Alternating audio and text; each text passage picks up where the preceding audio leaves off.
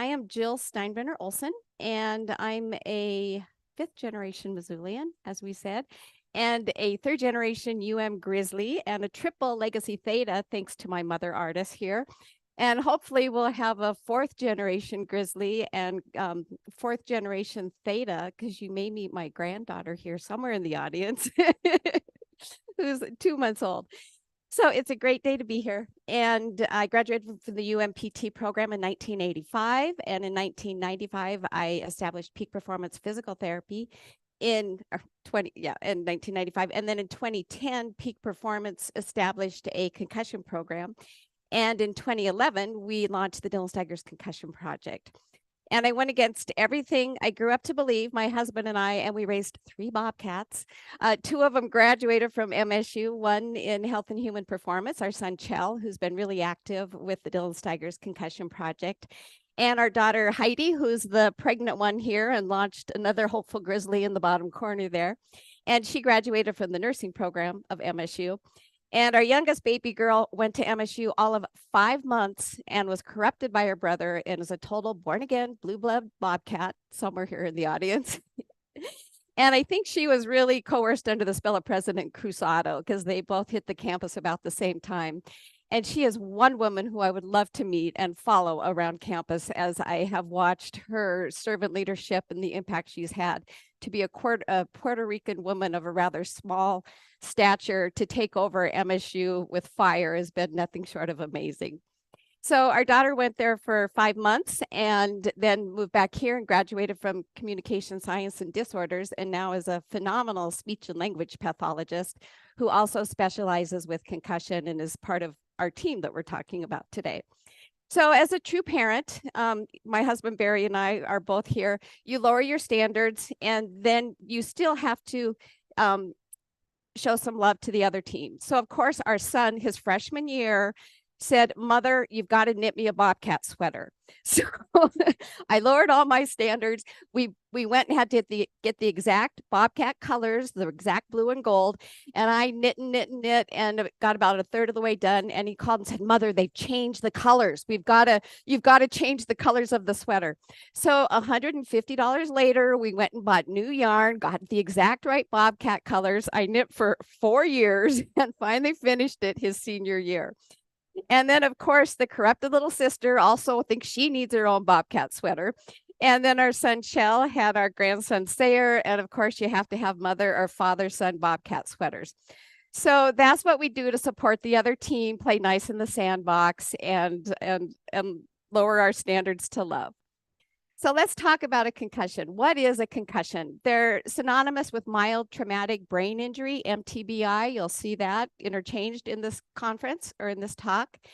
And here's a video that gives a little sense of concussion. A concussion is a type of traumatic brain injury, or TBI, caused by a bump, blow, or jolt to the head, or by a hit to the body that causes your head and brain to move rapidly back and forth. This sudden movement can literally cause the brain to bounce around or twist in the skull, stretching and damaging the brain cells and creating chemical changes in the brain. What you might not know is that these chemical changes make the brain more sensitive to any increased stress or injury until it fully recovers. So 75% of all traumatic brain injuries are concussions, and you don't have to lose consciousness to have a concussion. Concussions are classified more with a very brief and temporary loss of consciousness. 33% of all injury-related deaths are from traumatic brain injury. TBI is traumatic brain injury. 2.5 million people sustain traumatic brain injuries annually. 81% are admitted to the emergency department, 16% are admitted to the hospital, 3% are fatal. The greatest amount of traumatic brain injury related deaths occur with car accidents. MVA is motor vehicle accident. Rates of TBI related deaths from motor vehicle accidents are highest among the 16 to 19-year-olds. And the most likely ages to sustain a traumatic brain injury are the 15 to 19-year-olds, the 20 to 24-year-olds, and many of you in this room, 65 years old and greater. Among children with traumatic brain injuries, ages 0 to 3 years old, 67% is from physical abuse. And oftentimes that's with the shaken baby syndrome that we see. 67% of female victims of domestic violence have sustained traumatic brain injuries from the violence. So some staggering statistics. Falls are the #1 cause of concussions. Children age 0 to 4, 50% of their traumatic injuries are from falls, and adults 75 or greater, 61% of all of their traumatic brain injuries are from falls. And the greatest amount of traumatic brain injury related emergency department visits and hospitalizations are caused by falls. And 75 years old and greater have the highest rates of traumatic brain related hospitalizations and deaths. So who sustains the most concussions? Unfortunately, it's the seasoned Grizz and Cat fans. So the highest rate of traumatic brain injuries are due to falls and in the 65-year-old and greater. The highest rate of deaths due to falls is 75 years old and greater. And the highest rate of traumatic brain injuries, all causes, is 75 years old and greater. $76 billion is spent annually on lost productivity and medical expenses due to traumatic brain injury. The prevalence of re-injury after the first mild traumatic brain injury, you have a 3 times greater chance of sustaining a second concussion after your first one, and an 8 times greater chance of re-injury after your third mild traumatic brain injury. Greater chance of other orthopedic injuries also occur. We often see a lot of orthopedic injuries due to the decreased reaction time. The vestibular ocular systems are processing slower, decreased peripheral vision, and coordination is more sluggish. Prevalence of re-injury with our senior Grizz and Cat fans. What may seem like a mild initial fall may result in a concussion that throws off their balance and vision, which leads to the next fall and the next concussion. So couple this with the aging process of declining vision, balance, dizziness, destabilizing health problems with decreased ability to correct your falls, and you regain balance and you enter into the perfect storm. And some of you are shaking your heads, and I know have some personal experience with that. So raise your hands if you have a concussion and you go to the emergency room or urgent care. Raise your hands if you think they should be doing a CAT scan or an MRI. Okay, so a lot of hands go up with that because we think that would help diagnose things. Well, actually, concussions are caused from functional injuries, not structural injuries. So concussions do not show up on a CAT scan or an MRI. And yes, if there's any red flags that you've had more than a concussion, a moderate traumatic brain injury where there's internal bleeding or structural damage, then they definitely should do a CAT scan or MRI. But routinely, they do not do those. And I talked to so many people so upset that they didn't even do a CAT scan or MRI. And that is the new standard of care. So a concussion is a metabolic storm inside the brain, and it's an energy crisis. If you're forced to operate on a half tank of gas instead of a full tank, you've got an energy crisis. Your typical gas reserve is now going towards the healing process in the brain, and this does not show up on an MRI or CAT scan. I like to use this example a lot of a storm inside the brain. And you've got the chemistry that's changing, and it goes off and it gets really foggy, and it may start to settle. And then you might have just another little bump to the head. That's one reason I hate watching the football players get the touchdowns doing the helmet butts with their peers, because I know so many of them have had cumulative subconcussive hits, and it can take just the tiniest blow to stir up the storms again. Fatigue is one of the biggest complaints after those chemical storms. So much you're in a metabolic crisis, and so much of your energy is going to heal the brain and calm the storm. So let's talk about the pathophysiology. What's going on chemically inside of the brain when this happens?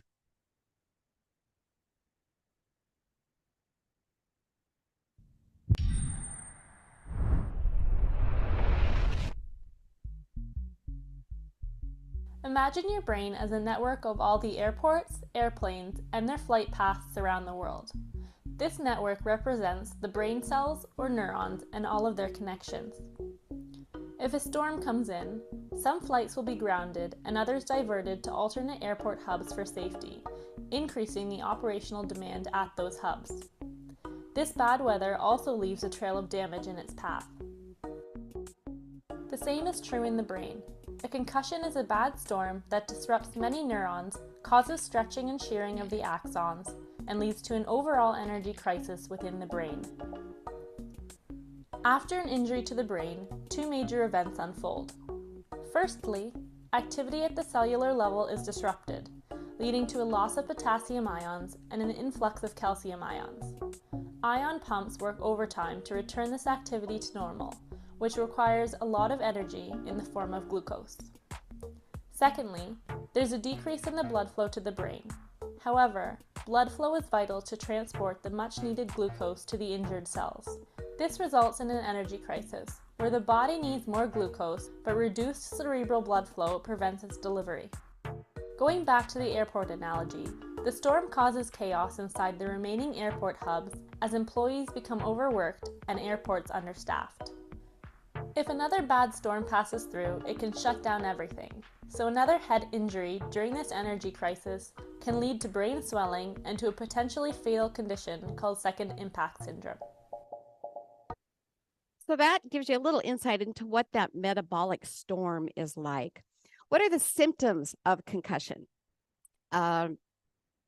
Confusion and my glasses to make sure I get them all there. Confusion, disorientation, lack of coordination, loss of memory, slurred speech, delayed response to questions, word finding difficulties, that you appear dazed, inappropriate emotions, a lot of crying for no reason, any temporary loss of consciousness, headache or a feeling of pressure in the head, confusion or difficulty concentrating, dizziness, feeling off or slowed down, changes in vision, ringing in the ears, nausea and vomiting, fatigue, sensitivity to light and noise or noise, loss of smell or taste, increased anxiety or feeling overwhelmed.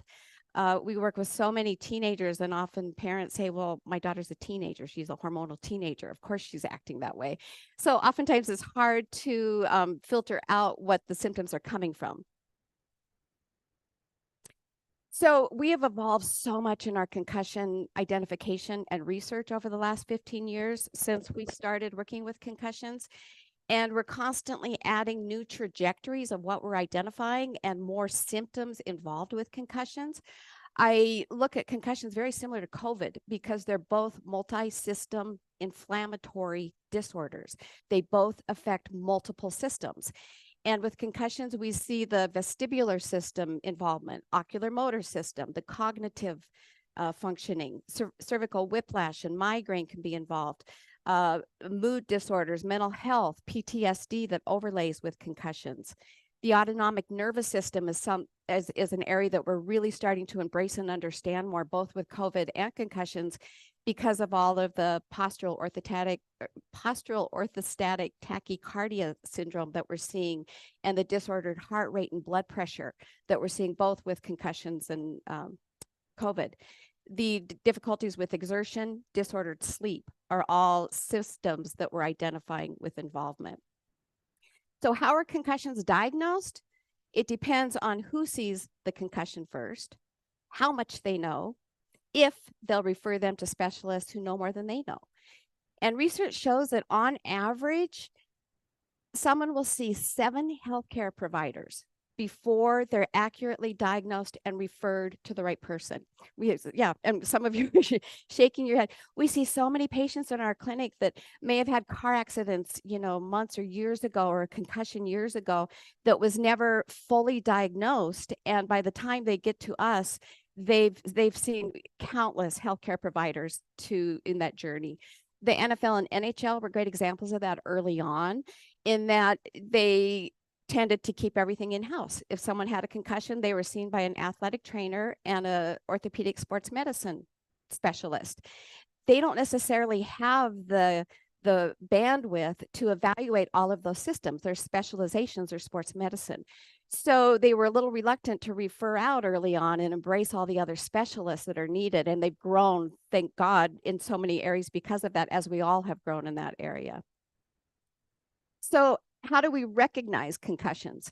More than 80% of adults cannot recognize or identify the most common signs and symptoms of concussions. So if the parent or the spouse or the adult themselves aren't recognizing it, that's where we're having some struggles.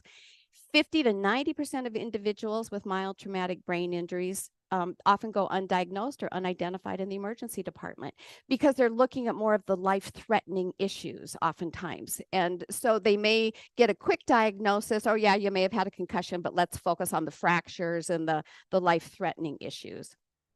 So we're growing in these areas. Concussions are usually always both and as specialists, we like to keep things in our lane. We like to follow our lane, and we don't always recognize what's not in our lane, or we're not always willing to shift lanes. So seldom is only one trajectory involved with mild traumatic brain injuries, and they're usually always both and they change just as quick. If you have seen one concussion, you've seen one concussion. We don't have an exact protocol to follow with concussions. They're evolving and we'll get there, but we're a ways from that. So raise your hand if you know what the vestibular system is. Who has a really strong, raise them high, really strong understanding of the vestibular system? Okay, if I asked 10 people on the street, one person could tell me. And they'd say, well, I think it has something to do with balance or maybe equilibrium. Well, it's one of the strongest drivers of your system. And you're hopefully by the end of today, you're going to be the 1 in 10 that has a really strong understanding of the vestibular system. Detrimental outcomes can occur when trajectories are attributed to the wrong trajectory, or when all of the involved trajectories are not recognized and treated. We need to get these people in the right lane. For example, if you had signs of anxiety and depression and irritability, and you're only being treated by a mental health practitioner who attributes all of those signs to a psychogenic origin that started with mental health issues, then they may totally miss the vestibular and ocular component of that.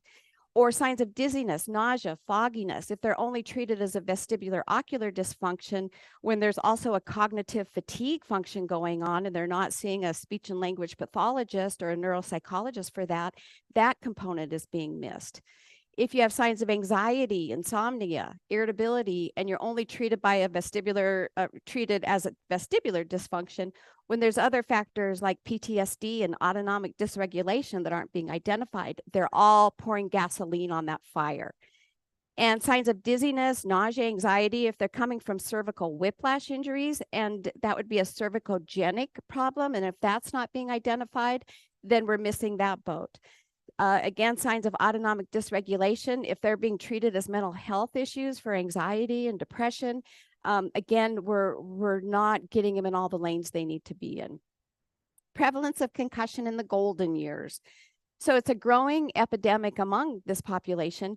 And is that happening because we are getting better at diagnosing it, or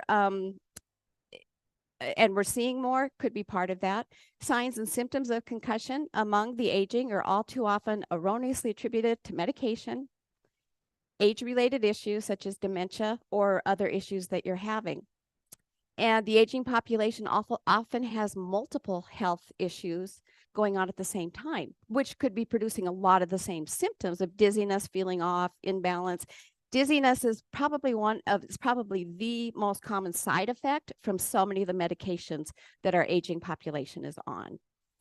And if a patient represented with issues like high blood pressure, diabetes, migraines, heart disease, Parkinson's disease, and complained of dizziness, headaches, balance impairments, blurred vision, nausea, frequent falls, it would be reasonable to attribute all of those symptoms to the patient's previous health history and miss the concussion diagnosis. And among our aging population, we're missing a lot of the concussion diagnosis.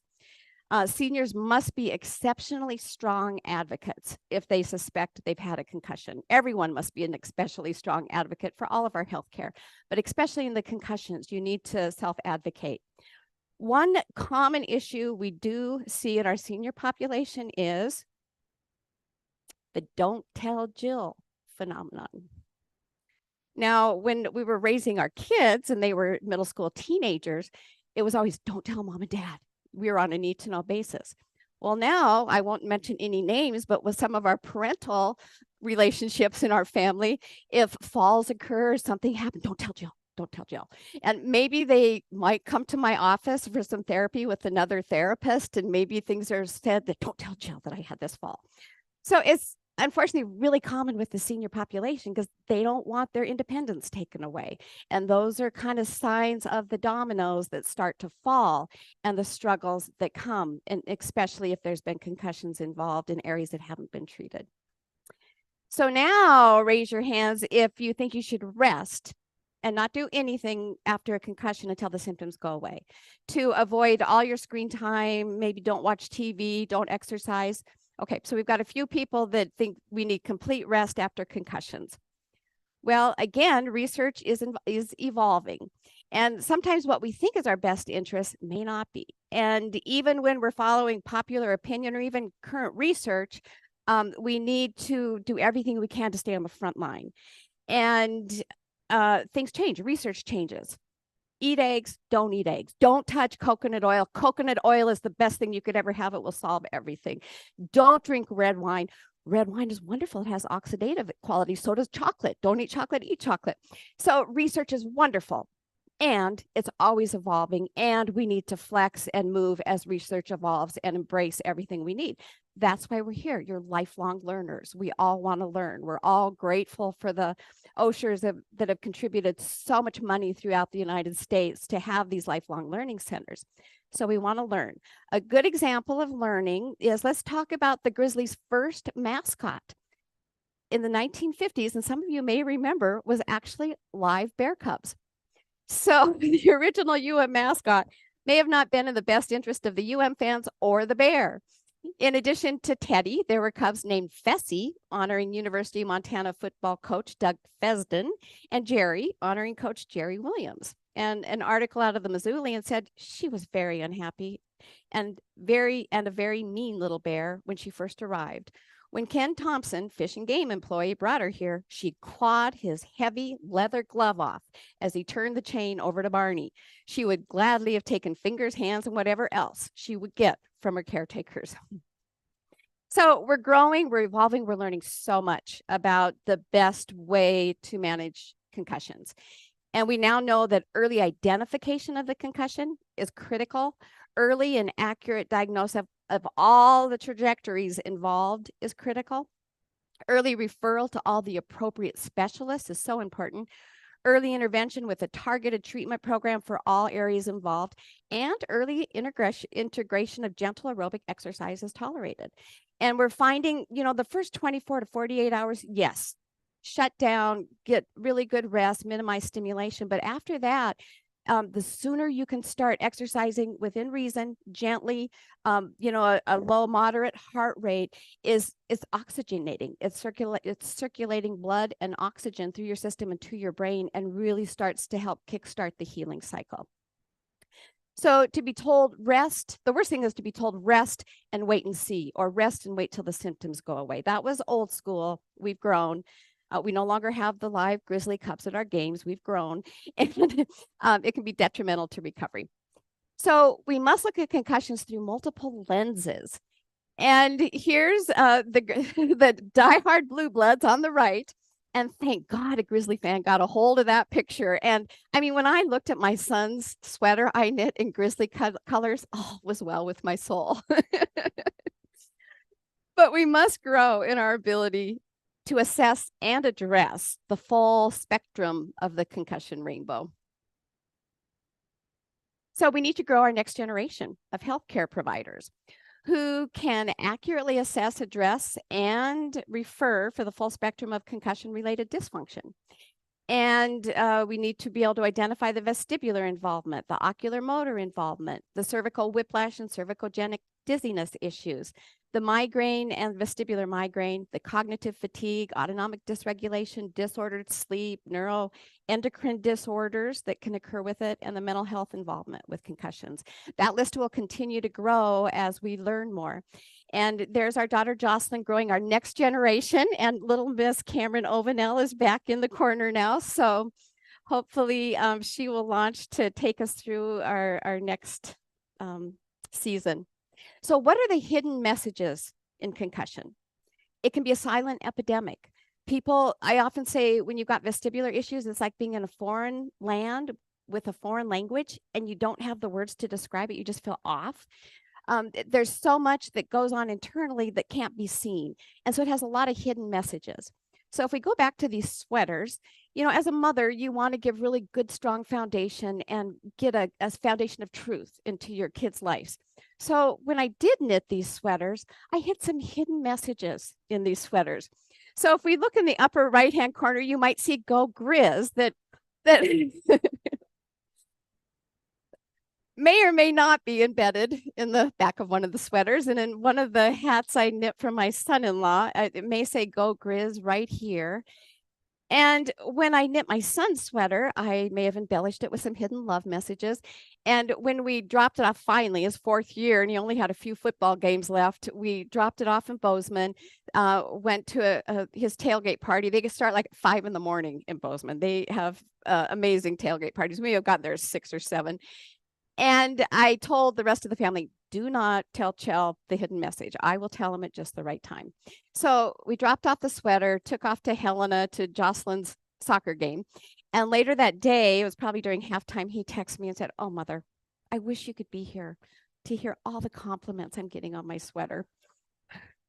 I think this is a good time. So I text back, "Oh, son, I wish I could be there when you discover the hidden love message in your sweater." And in a hot second, he texts back, "I burned it." And my husband, Barry, was pretty sure that may have happened in knowing how those Bozeman tailgate parties go. So flash forward a month later, he comes back for the Cat Grizz game. And I'm rummaging through his bags, trying to figure out what he did with the sweater, if it's there, nowhere to be found. So we go to the game, we go to the tailgate, and I march up, and his grizzly, it's all of his friends that are cats and grizzlies, and some of the Grizz fans run up to me. "I can't believe what Chell did to his sweater." So I'm a little puffed up, and I march, and the Grizzlies part here, and the Bobcats are here, and I march up to my son. And he's flanked by the very late and most beloved Dean Stensland, who recently passed away and was an avid Bobcat. And Dean's flanking him. And I take a look at that sweater. Pardon my language. He went against everything we raised him. It now says, "Grizz suck, go Cats." And I said, "Who did that to your sweater?" Dean flanks him and he says, "We have Bobcat knitters on our side who can take care of things like that." So concussions have hidden messages, and we need to hear this silent epidemic. It's invisible. They're misunderstood, unidentified, mismanaged, minimized, marginalized, and misdiagnosed. They're swept into the wrong lanes with other populations, and their needs are not met. And the identification of concussion is challenging due to the limited validity of available diagnostic tools. Like, again, you go to the emergency room, they may diagnose a concussion because your CAT scan and MRI, if they took it, was negative. Up until more recently, most of the ways of diagnosing concussions are from symptoms. We in our clinic are finding a lot more objective biomarkers with the vestibular ocular system that can help tease out at least if those systems were involved. We're finding a lot more ways to identify the systems and see if there's a dysfunction that may or may not be related to the concussion. Symptoms of concussion often overlap and are exacerbated by a history of PTSD, depression, anxiety, COVID, learning disorders, motion sensitivity. A lot of those histories, there's a lot of overlap that you have to kind of tease out. We're going to look at some of the differences with males and females with concussions. And again, she'll talk about kind of the invisible injury that she struggles with. Concussion tale in the last decade, one huge group of athletes has been left out of the story. Scientific studies have shown that females are sustaining more concussions than their male counterparts in the same sports, and there are reasons for this trend, because the public needs to know that concussions are a girl thing too. It's just a normal Thursday night volleyball practice for Big Sky High School senior Cheyenne Foote, and with every spike, hit, and laugh, she's improving her skills. But every week, Cheyenne's training includes a different type of practice. And now she found the Y with her eyes, and then she'll move her head. So she has to seek with her eyes and find the target before she moves her head. And I think what makes it really hard is the peer pressure. Like, I went into school and kids are like, oh, you don't still have problems and like all this other stuff. I'm like, I really do. You're not inside my own head. It's true. None of us can really go inside Cheyana's brain and see what she's struggling with. In the past 2 years, Cheyana has sustained 3 different concussions playing sports. Like the headaches, like I wasn't used to that at all. And then the dizziness, and I had a super hard time driving and focusing in class, which I was never used to. Female athletes are often left out of the concussion story, but according to research done by the American Medical Society and National Institute of Neurological Disorders, female athletes suffer more blows to the head and worse symptoms than their male counterparts. Physical therapist Jill Olson explains why. Females tend to have more headaches, tend to have more migraines, oftentimes hormone related. We also know that females have weaker necks and smaller stature. The whiplash component that occurs with their concussions is oftentimes more severe because they don't have the strength in the neck muscles to counteract that floppy whiplash. And she has to watch it with her eyes. Bring your arms in a little faster. Olson says that there is also another key distinction between male and female athletes when it comes to dealing with a potential concussion. But females will identify their symptoms. They're more honest with self-reporting. They're more honest with their athletic trainers, their coaches, their parents, and they will identify their symptoms, and so they usually get quicker treatment and more thorough treatment. She gets to see that ball coming at her, and we just identified that she doesn't like that green ball activity of the ball coming towards her and going away, and Cheyana's making some pretty interesting faces right now. She's not liking this either. Cheyana is now planning to go to college to be a nurse and is going to use her experience with concussions to help teach her peers more about the injury. If you think you're having something, like something's going on, then go to a doctor. Like, that's something serious. Like, concussions can do something to you. Like, it's not just something small. And with the rising numbers in athletes sustaining concussions, Dr. Olson says the best thing athletes can be is their own self-advocates with their parents, teachers, coaches, and peers. For Head Smart, I'm Ben Weinman.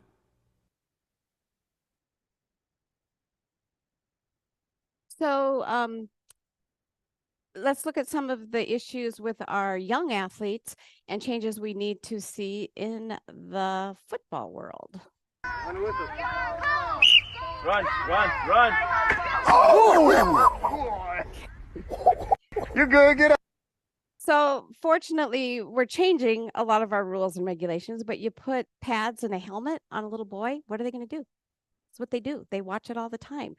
And we're changing that. We're decreasing a lot of the time they're actually in their helmets. They're, fortunately, the collegiate and somewhat in the FNL are changing their tackling strategies and engaging more of the lacrosse and rugby type strategies, keeping their head out of the game.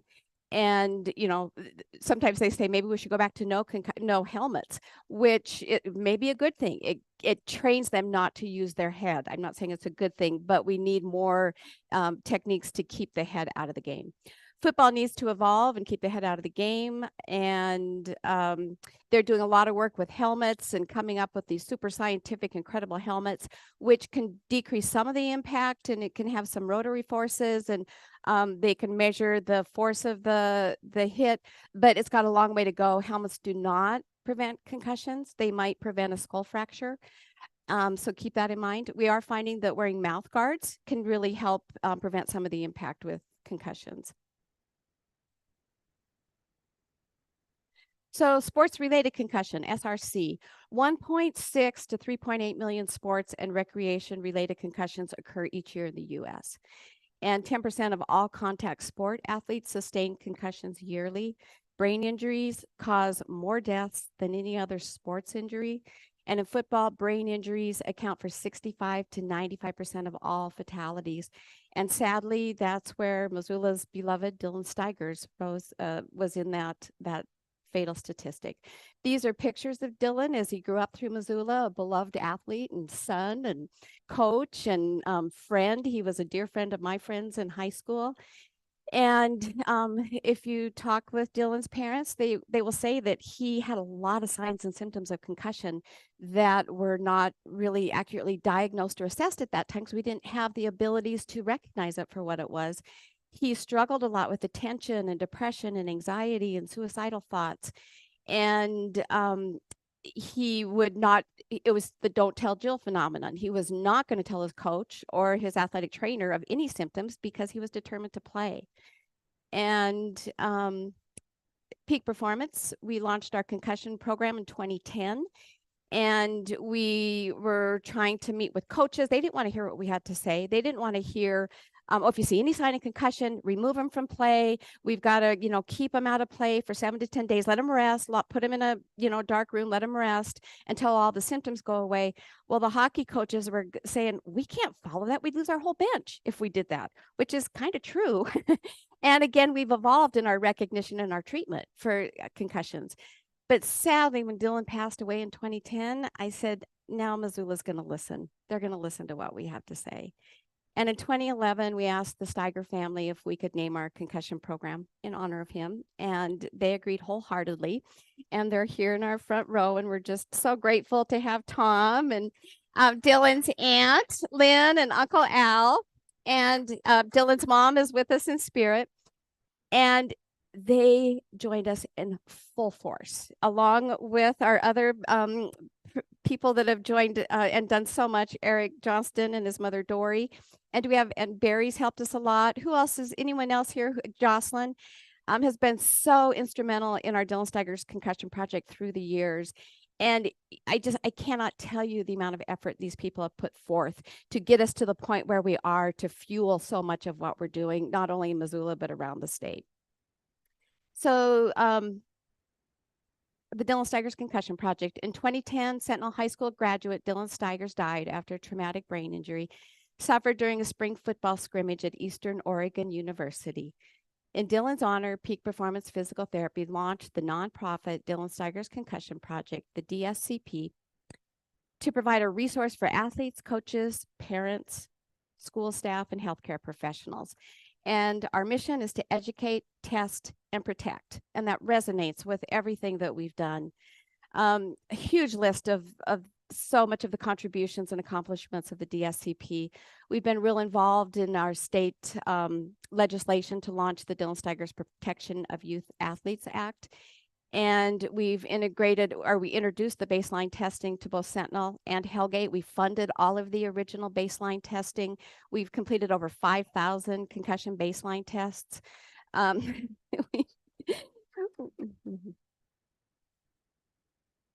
Thank these people up here.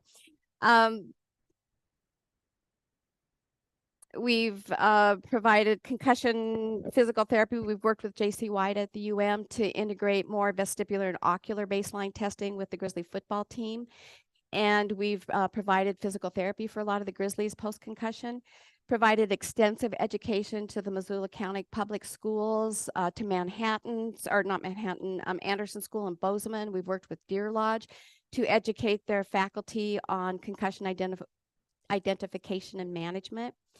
And we've participated in the Missoula County Public Schools Return to Learn and Return to Sports protocols, served as advisors in designing their school nurse protocol and identifying and managing concussions. We've been a community outreach, or we've participated in community outreach and health fairs and concussion education seminars, strong allegiance with the Health Foundation of Safe Kids and the Missoula Coalition Fair, and provided multiple presentations to service groups. We have a strong alliance with the Brain Injury of Montana, and John Biggert is here. I encourage you to stop and say hello to John. He and their group has done unbelievable things and are constantly working on education through TV and radio and newsprint. Again, our strong alliance with the Brain Injury of Montana. We worked very closely in the legislation with the Dylan Steigers Protection Act. And we've served as advisors on the Montana Governor's Advisory Panel on Traumatic Brain Injury. And we've teamed up for concussion education throughout Montana. So exciting to have the Brain Injury Alliance of Montana here and all that they've done. The most exciting thing that we're so grateful for is they were able to get a very substantial grant. And now they are putting on this certified brain injury specialist certification. So both Becky and myself and one of our other physical therapists, Allie, and my daughter Jocelyn as a speech language pathologist were recipients of that. So we all now are certified brain injury specialists thanks to the BIAMT. Here's a little bit about the history of the Dylan Steigers Protection of Youth Athletes.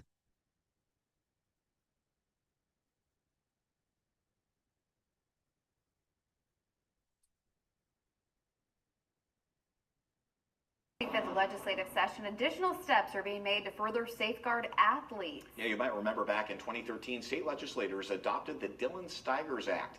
It requires school-sanctioned sports officials to remove athletes from participating at the first sign of a concussion. And today, that's extended to include private schools and sports associations. Alyssa Flores reports from the capital city. People really need to be paying attention to this, and it's not just the big high-profile football cases that are the problems. But it was a football-related injury that initiated Montana's first concussion legislation. Dylan Steiger from Missoula died of a football-related brain injury in 2010. And in 2013, a bill passed in his name requiring public schools to take the possibility of an athlete suffering from a concussion more seriously. 4 years later, it's proven to be so successful that private schools and youth sports organizations outside of schools want to be held to the same standard, even those that already require coaches and volunteers to take concussion training. This levels the playing field for everybody. Many organizations that exist around the state, they're already advancing these causes. And by doing this, we'll get more of the smaller individual groups that are just a one sport in a small town, get them complying with it. Some say that having the requirement set in law could help take the heat off of coaches when parents and spectators question a player being pulled from a game. This is really a cultural change that we have to try to work with and create, and that involves really getting with the parents. And the parents have to understand that you could sit your kid out for one game or a week, or you can have lifelong ramifications. And so the best thing to do, we always say, is when in doubt, sit them out. Training is available at no cost and teaches symptoms, treatment, and severity of concussions, requiring that a child be pulled out of athletic activity at the first sign of a concussion and requiring a doctor or athletic trainer to clear them to return. In Helena, Alyssa Flores.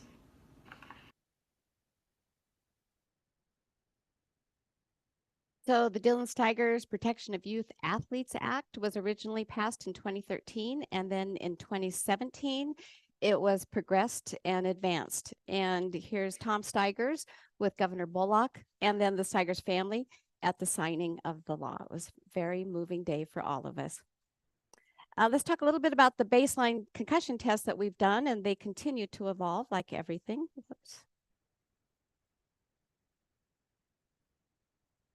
This is Cindy Steigers. Head injuries sustained from football can last a lifetime. That's why one local organization continues to provide help. The Dylan Steigers Concussion Project held free concussion testing for Missoula youth football players on Saturday for grades 3 to 8 to treat and/or diagnose any lingering symptoms of a past head injury. Peak performance physical therapist Jill Olson explains why holding these tests are so impactful for the community. It's the education, it's the protection, and we also know that research is showing that athletes that have had the baseline concussion test done, their education and knowledge awareness of concussions is so much higher, as is their parents, that if they do have concussions, their management after concussions is much better and more thorough than those that have not gone through baseline concussion testing. Along with peak performance trainers and nursing students from Montana State, the clinic performed vestibular ocular testing and coordination drills, as well as computers and iPad testing to track eye movement.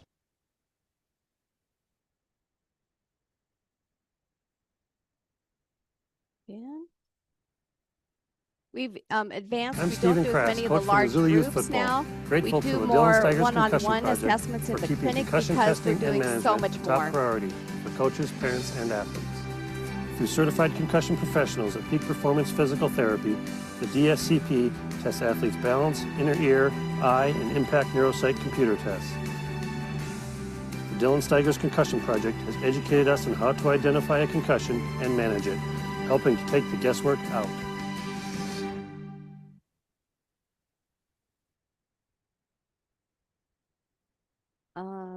again, we brought in some or the MSU nurses and PT students and trained them to help with a lot of our testing as well. We have raised over $135,000 from our golf tournaments and $24,000 of grants to support our mission and to support so many of the activities that you've seen here. The most exciting purchase for me was the purchase of the right eye neurovision assessment. And you'll see a little bit more of that. It gives us objective biomarkers in assessing the ocular motor systems. And Peak Performance has multiple specialists now in all of these areas, and the DSCP helps with, contribute some towards the education to keep our therapists on the front line of concussion identification and management. This talks a little bit about the right eye neurovision. I'm Aisley Allen, and I was concussed in soccer. I tried to convince everyone that I was fine. Being tough and determined, I pushed through my misery. I was referred to Peak Performance Physical Therapy, and I really didn't want to go. I assumed they'd limit my activities and bench me for the season. Instead, they tested my vestibular and ocular systems to reveal my injuries and gave me sport-specific exercises. I especially liked the Right Eye Neurovision program because it revealed and showed the result of my eye tracking. They got me back to my peak performance.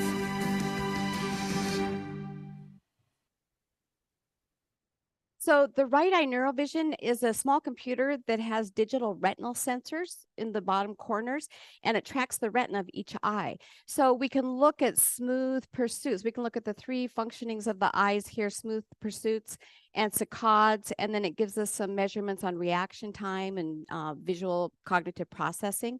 So we're getting very objective measures of impairments that most likely have occurred with concussions. Our annual Dylan Steigers Memorial Golf Tournament, we had 7 of them. We went out strong. It was wonderful and raised lots of money to put towards this. Tom Steigers took off on a pilgrimage to La Grande, Oregon, where Dylan played his last football game. And he walked from Missoula to Oregon, a 368-mile walk to draw attention to the dangers of concussion in memory of his son and Dylan. And Eric Johnston, our fearless leader who led us with our golf tournaments and many other things for so many years, he made it 20 miles with Tom. Again, we've had so much community support both from individuals and businesses that have been strong supporters of the DSCP. Post-concussion syndrome. The statistics are low. They say 80% recover in 3 weeks, 10% go on to have post-concussion syndrome. I guarantee it's so much higher than that because so many of the issues aren't being fleshed out and identified accurately. And again, one athlete who talks about his post-concussion syndrome.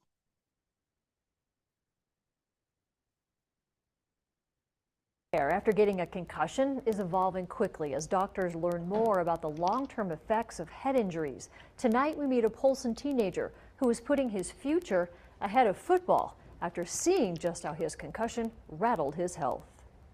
17-year-old Andre Bauer is getting a lot of screen time these days, not for fun, but for function.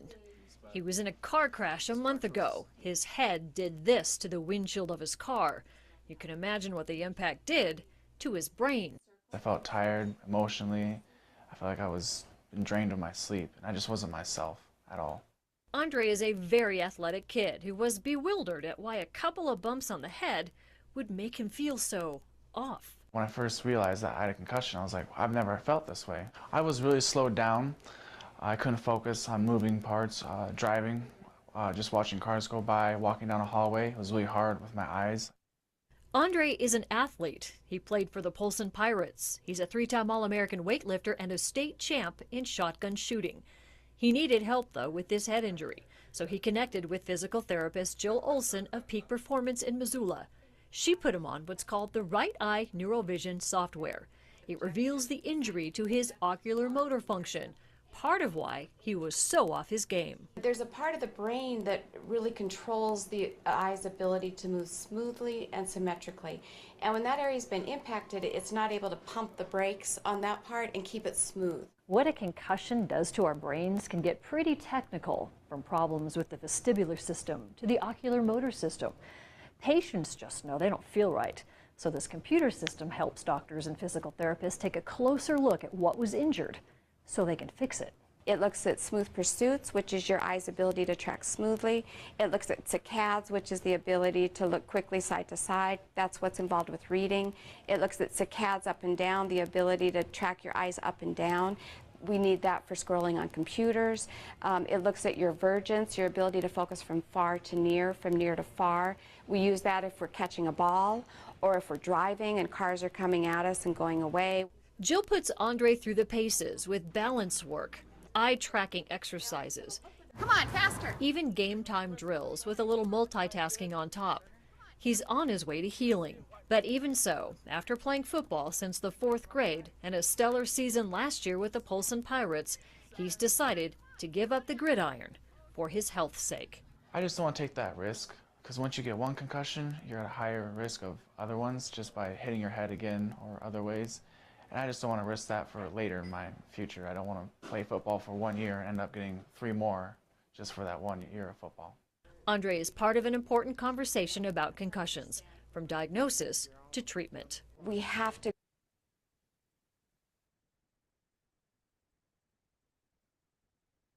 So now I'd like to introduce Becky Fischer, again, 4th generation Montanan, 2nd generation Grizz, and graduated from the PT department. She is stellar. She acts like she graduated 30 or 40 years ago. And so grateful to President Bodner and the programs we have here. I have the dream team of physical therapists and graduates from the University of Montana. And so grateful to have that as our heritage. So here's Becky.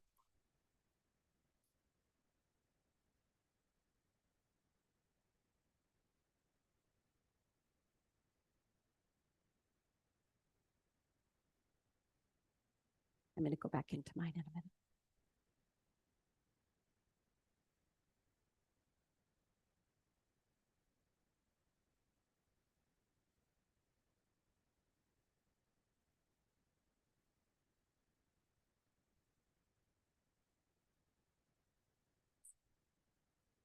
Hi, everybody. Like Jill mentioned, my name is Becky Fischer. I'm one of her physical therapists. I'm a vestibular physical therapist and certified brain injury specialist as well. As Jill mentioned, I am a graduate, but I did come from a mixed marriage. My mom went to MSU and my dad went to So I grew up in that atmosphere. But then when my brother played football, my mom came over to the Maroon side and all is well now. So I'm going to talk just a little bit more about the vestibular system and the oculomotor system specifically and what those are. So Jill already mentioned a little bit that cave therapy was for so long the primary way that concussion rehab would start. Put somebody into a dark room, eliminate any sort of screen time until they feel better. So I remember growing up, I had friends that said, oh, well, I had a concussion. And so I just spent the last entire week in a dark room and they didn't get to do anything at all.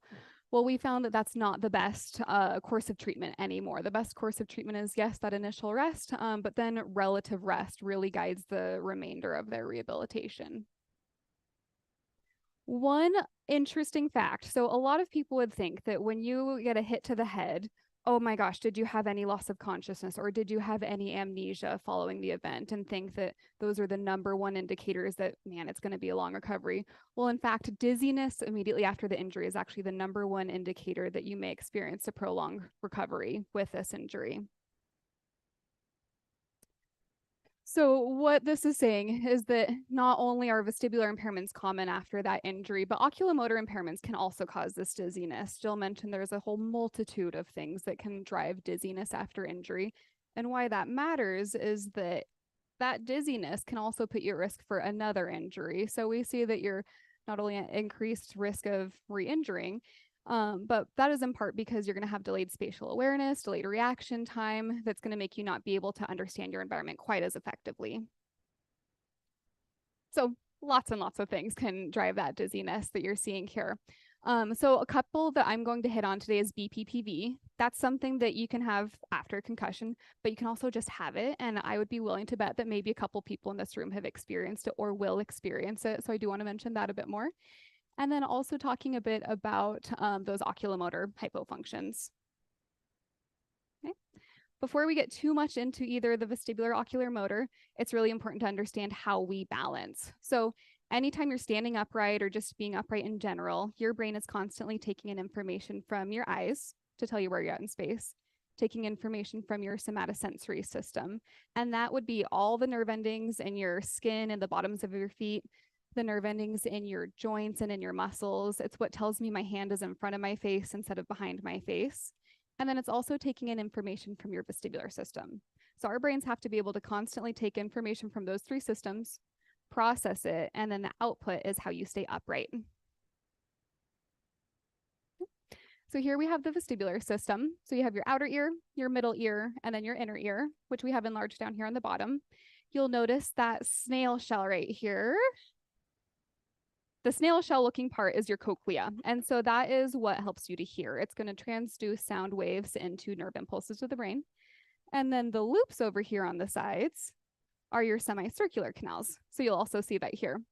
Those are all full of fluid. So when you tilt backwards, that fluid is going to brush on these little hair cells you see over here, and that sends a nerve impulse to the brain that you're moving. What can happen is you can get these little otoconia, or these calcium carbonate crystals that break off and fall into those canals and will give you a false sensation of movement. So I'll talk about that in a minute. Do you want to pass these around? Okay, thank you. Within this picture, you'll also see where you have the utricle and the saccule. So those are what help you to understand when you're moving, like in a car, forward and backwards, and then in an elevator, up and down. And those are actually the culprits that are covered in these little calcium carbonate crystals that find their way into the loops, and so you can blame them. So with the vestibular system, we have a couple of reflexes within the brain. The first is your vestibular ocular reflex. So I'm gonna have everybody reach out their thumb in front of them, look right at your thumb, and now turn your head side to side and up and down. So your eyes probably stayed right on the thumb, no problem. And that is thanks to your vestibular ocular reflex. What can happen is you can have an injury where that reflex becomes absent on one or both sides, and you lose that capability, and your vision may bounce or shift side to side, or it gets damaged and you have symptoms associated with that. That's also going to work with your vestibular spinal reflex. So that's what lets me lean to the side, but I don't fall over. It tells the rest of my body that I need to still be upright and not follow my head. We see a couple examples. So how we assess those, there are a lot, thankful for research, there's a lot of validated ways to test these things. So one really common one you'll see is the best balance test. And so that not only has normative data for kids, but it has them for all ages. So whether in your 20s, 30s, 70s, or 80s, we have a comparison so we know if you're within your age matched norm. And then we have a couple of other tests, and this sensory interaction for balance, we can use a force plate for that. Because when you're balancing, just using numbers and counting, it can be a little bit disheartening of, man, am I really making progress or not? But if you can see an objective computerized output says, yes, I am actually getting better, it can be really meaningful for your therapy. And then with our vestibular ocular reflex, we're able to assess that through a few different mechanisms that I'll talk about here in a minute. These are some of those areas that Jill mentioned that oftentimes don't get teased out, and people will go back to either playing their sports or playing with their grandkids too soon and go, oh my gosh, I feel terrible right now. Why do I feel so dizzy after just going to pick up my grandkid? And these can be part of those issues. If you're having a vestibular system symptom or issue, you might have issues with dizziness. You might just kind of have this feeling of being off or that disequilibrium. May feel like you're walking on waves, might even have your vision bounce. And then as a PT, we might see issues with your balance, gait, or something called nystagmus, which is where your eyes do a rhythmic jerking, and it can be indicative of various different vestibular pathologies. This is another example of some of the symptoms that you might have with a vestibular issue. And one that I really want to point out here is difficulty in busy environments. So we get a lot of folks that say, you know, I'm doing a lot better with a lot of things, but then I go into Scheels or into Walmart and I feel absolutely terrible with that. Or I go and ride in the car and I feel absolutely terrible. And so that's a big little red flag to say, hey, you might be having an issue with your vestibular or your ocular motor system. So here are just a couple of the different vestibular system disorders. This is by no means an all-inclusive list, but some that we'll usually see after concussions. So like I said, we'll mention the BPPV, and we'll also talk a little bit about 3PD. So BPPV, who has heard of BPPV in here before? Okay, few more hands than just the vestibular system question, so that's a good start. So what happens here is the utricle and the saccule that we talked about that sense that linear motion, they're covered in these little calcium carbonate crystals. And just like our hair, they'll fall off and there's usually no problem. But sometimes they will sneak into these canals on the side, and that will cause this sensation of spinning dizziness. So I'm going to have a video to help explain that. But if you've ever had a friend or somebody that said, yeah, I went to PT and they told me I had crystals in my ear, this is what they're talking about.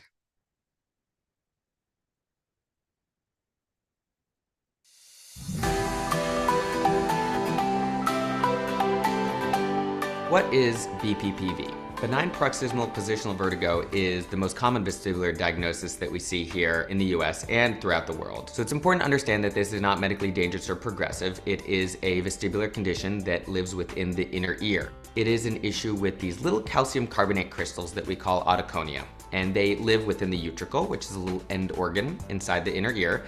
And in abnormal cases, they can fall into one of the 3 semicircular canals. When we have this debris floating inside these semicircular canals, we send abnormal neural messages to the nervous system, telling your brain that your head is basically moving on a swivel when it's really not. So it's important to see a vestibular physical therapist, diagnose where the debris is located, and then select the appropriate repositioning maneuver to resolve the condition. When we are treating and evaluating for BPPV, we need an oculography set up. We put these infrared goggles on you to observe your eye movements. When we put you in the positions to test for certain types of BPPV, the clinician will evaluate the direction of the torsion of your eye movement as well as the direction of the beat of the eye movement. And that information tells us not only which ear is affected, but which canal is affected. And based on that information, the clinician can select the appropriate maneuver to resolve the condition. What's really important to understand is that the Epley maneuver is what's commonly referred to and prescribed to treat positional vertigo throughout the world. And the Epley maneuver actually only treats posterior canal variant BPPV. And while posterior canal variant BPPV is the most common variant, it is not the only one. So the Epley maneuver will not work when one of the other canals are affected. So it's really important to consult with a physical therapist, diagnose the appropriate canal, and select the appropriate repositioning maneuver that can resolve the condition.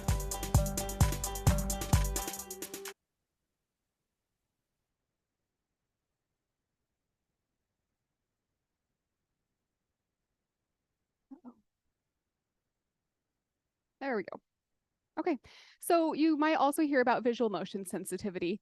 So this is that 3PD that I mentioned. We have a lot of abbreviations and things that are hard to pronounce in PT, but this is persistent postural perceptual dizziness, which is quite different from benign paroxysmal positional vertigo or BPPV. But it's something that always has to be started by an event, whether that might be a concussion, it could be a vestibular neuritis, it could be a whiplash disorder, it could be a migraine even. And what happens is we have this threat to the body. Something happens and it makes us feel absolutely terrible and dizziness, and our bodies say, oh man, well, we have to keep on moving. So we come up with these adaptations, which is fantastic. And 70% of people, their brains are wired where those adaptations just go back to normal after the cause goes away. For 30% of people, for whatever reason, their brains are wired a little bit differently, and those adaptations become maladaptations. Okay? This results in non-spinning vertigo that's going to last for at least 3 months most days, and it has a little bit different way that we treat it. Okay. Here's just a little bit more on oculomotor system. Jill's talked quite a bit about this, so I'll breeze through a little bit of this fairly quickly, but you do have 6 muscles that control the eyes on each side. So if you think of that, you've got an eyeball, and 6 muscles on each side. All of those have to be able to fire perfectly in conjunction with one another. Otherwise, you're going to have issues with double vision, blurred vision, eye strain, headaches. And that's what we see after concussions. Here you'll see some of our cranial nerves that do control those eye muscles. So your optic, your oculomotor, your trochlear, and your abducens nerves. And then here are those muscles again. So this is just a little bit more extensive list of the symptoms that you'll experience with an oculomotor issue. 90% of concussions will have some sort of dysfunction to the circuits that work these eye muscles and the eyes themselves. And so these are just some of the things that we test for. I know that I'm running short on time, so I'm going to go a little bit faster through these things. Okay. So we might see accommodative insufficiency, convergence insufficiency, and that's where you'll see blurry vision or doubled vision. You can also have some of these other things here where it's difficulty processing that visual image or difficulty doing other things while you're trying to view an image, like reading and remembering what you actually just read. Something a little bit newer on the home front is post-traumatic vision syndrome, which again, the symptoms are very similar, but this is just where we're seeing research has evolved to show us, hey, what's actually causing these issues? And so those are the findings that we would typically look for in somebody that we're suspecting post-traumatic vision syndrome. Jill took you through the right eye already, so I am going to go through this part. Yeah. And then here is yet another list of symptoms that you might see here. So if someone's having difficulty reading, difficulty catching the ball, they say, man, I went to English class and I just had this headache that sits right here. That's something that will cue us into looking at the oculomotor system. And the VOMs. This is where we take the vestibular system and the oculomotor system and put them together and test them. So this is something that research has done a great job of validating in the concussion world, not just for the kiddos, but for the older adults as well, so that we can put a number to each of these different issues on the sides and say, hey, which of these, or if all of these are driving your symptoms, and how can we make you feel better with your treatment? So with our treatment, not only do we need to isolate each of those issues and treat them, but then once we treat them in an isolated manner, we have to put them together. I'm going to hand it back over to Jill now. We'll wrap it up here quick and get back into mine.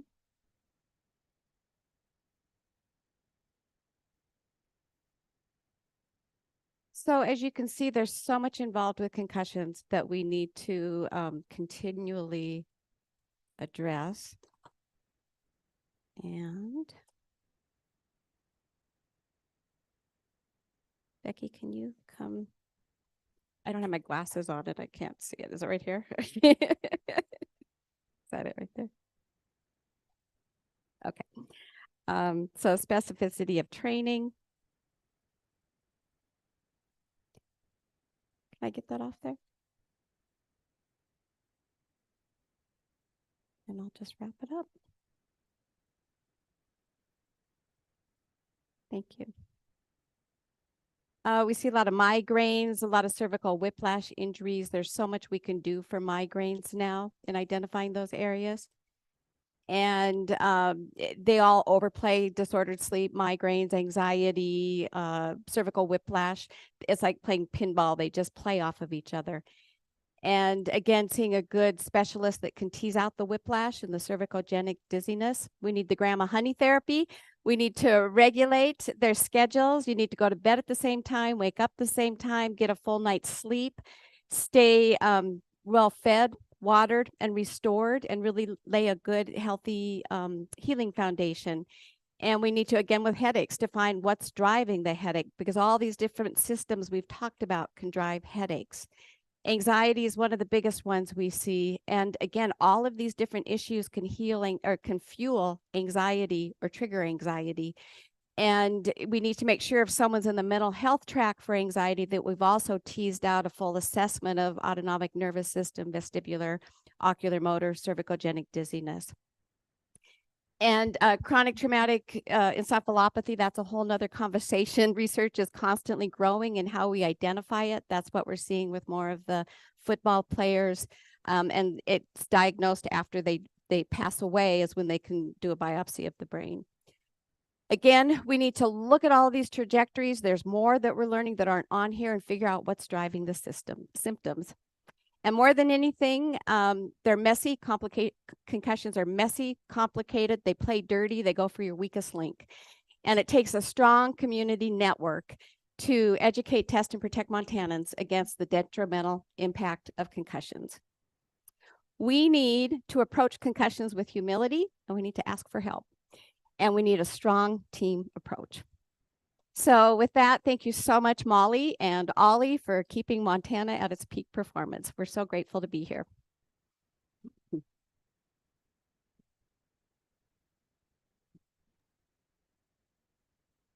Okay, so we're just going to stop and maybe take a couple questions. We'll do one. Does anyone in our room? Okay, got a question here, and then we'll let Bozeman do a question right after.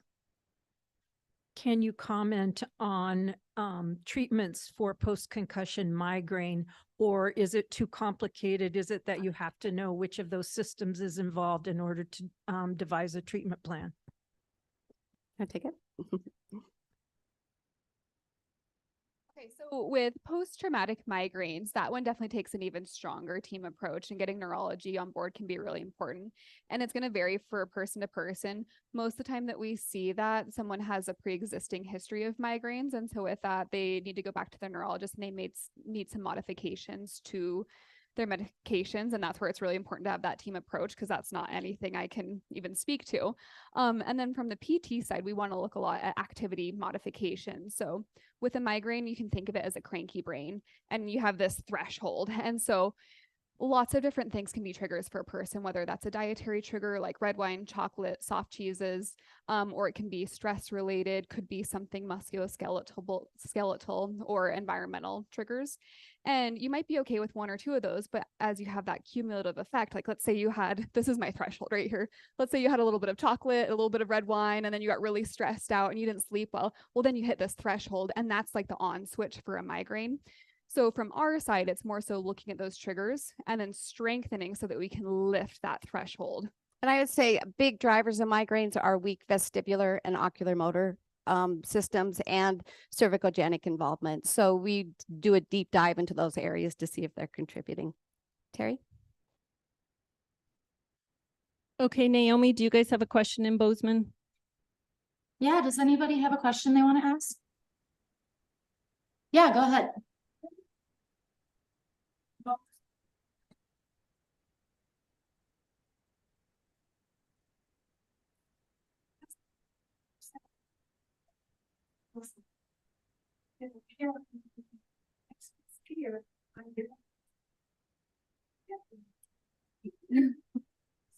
So Naomi, we couldn't quite catch the question. Can you repeat it? I'll repeat it for you guys. So a gal here is asking, where would one go in Bozeman to get assessed? Do you have any colleagues here in our area that you could recommend? Or Yes, I know that APRS Rehab, they've got some strong vestibular physical therapists, and they do a lot with concussion there. Do you know of other ones in Bozeman? APRS was going to be my recommendation as well. I know they have a really strong concussion program over there. Research the buzzwords: vestibular, ocular specialists, autonomic dysregulation specialists. But if you can find vestibular and ocular in some of their therapists, those are kind of the buzzwords to at least make sure those systems are getting a full assessment.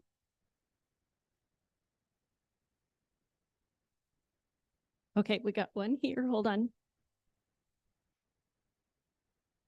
This was a fantastic presentation. Thank you. And I am so honored that you guys are in this room. I really am. Your advocacy, I've known about this for a very long time. I recently moved home to Montana.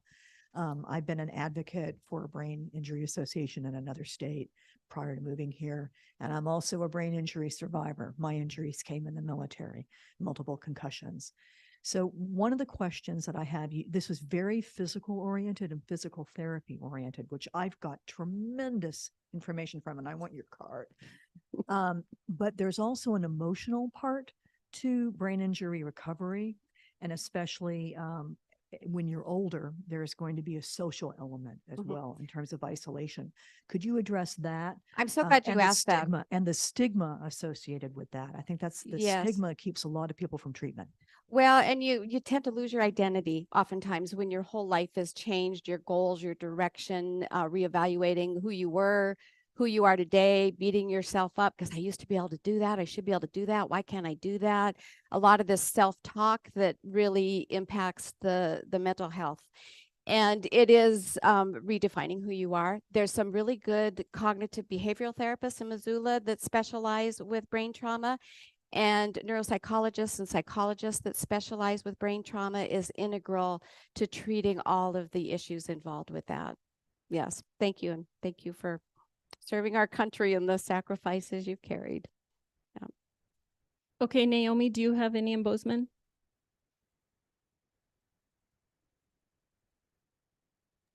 No, I think we're good here in person. Maybe we can check and see if we have any questions online. Yeah, we don't have any online here. We've got one more here. We'll just take one more and then we will go on with our fundraising.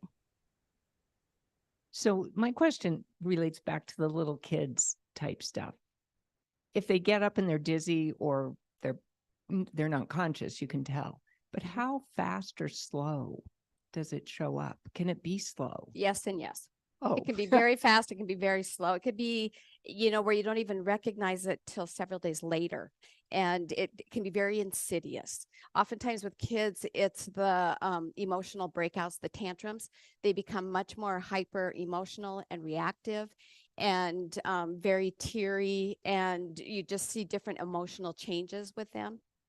Mm-hmm. Yeah. Or maybe they were a really good reader and they don't want to read or they're struggling in school. I just had a 5-year-old come to our clinic from Billings because that's what the parents were seeing a year after a concussion. He was the happiest go lucky kid. And now he's so emotional and these outbursts. And we know that's normal for toddlers, but this isn't him. And he doesn't like sports. He doesn't like ball activities. And with a deeper dive, we saw that he had a lot of issues with ocular motor. And once they get fatigued, it's information overload and it's the emotional outburst that you see. With reading, their eyes get so tired, they can't even get the words off the page into their brain. So it's some of those subtle scenes, and we're picking them up years later.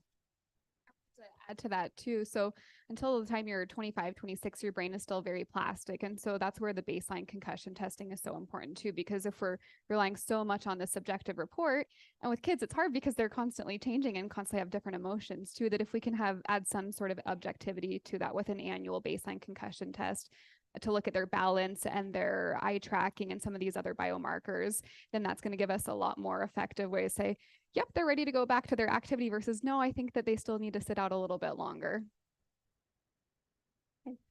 Thank you so much. We're just honored to be here. Yeah. All right.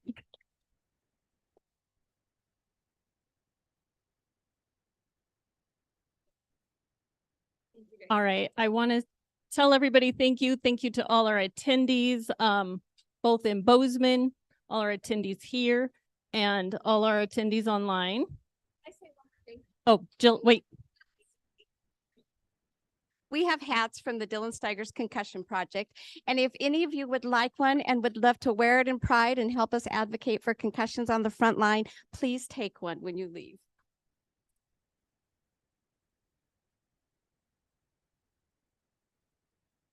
Okay, so now we are going to do our food totals and our money totals. So the food that everybody has donated here in Missoula goes to our food pantry, and then Bozeman's goes to their school. And then the money goes to the Missoula Food Bank, and Bozeman's goes to the Gallatin Food Bank. So with that, Michelle's going to tell us Bozeman's food total. All right, the Montana State Bobcats food total is $169.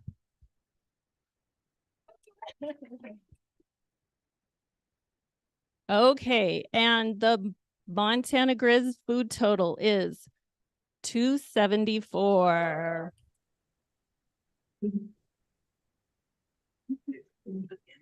All right, and the money totals are State Bobcats $250.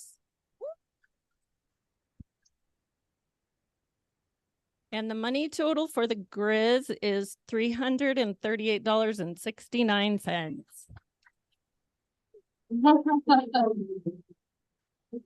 All right. So thank you, everyone. Thank you, everyone, for coming. I just want to thank Jill and Becky so much for their presentation.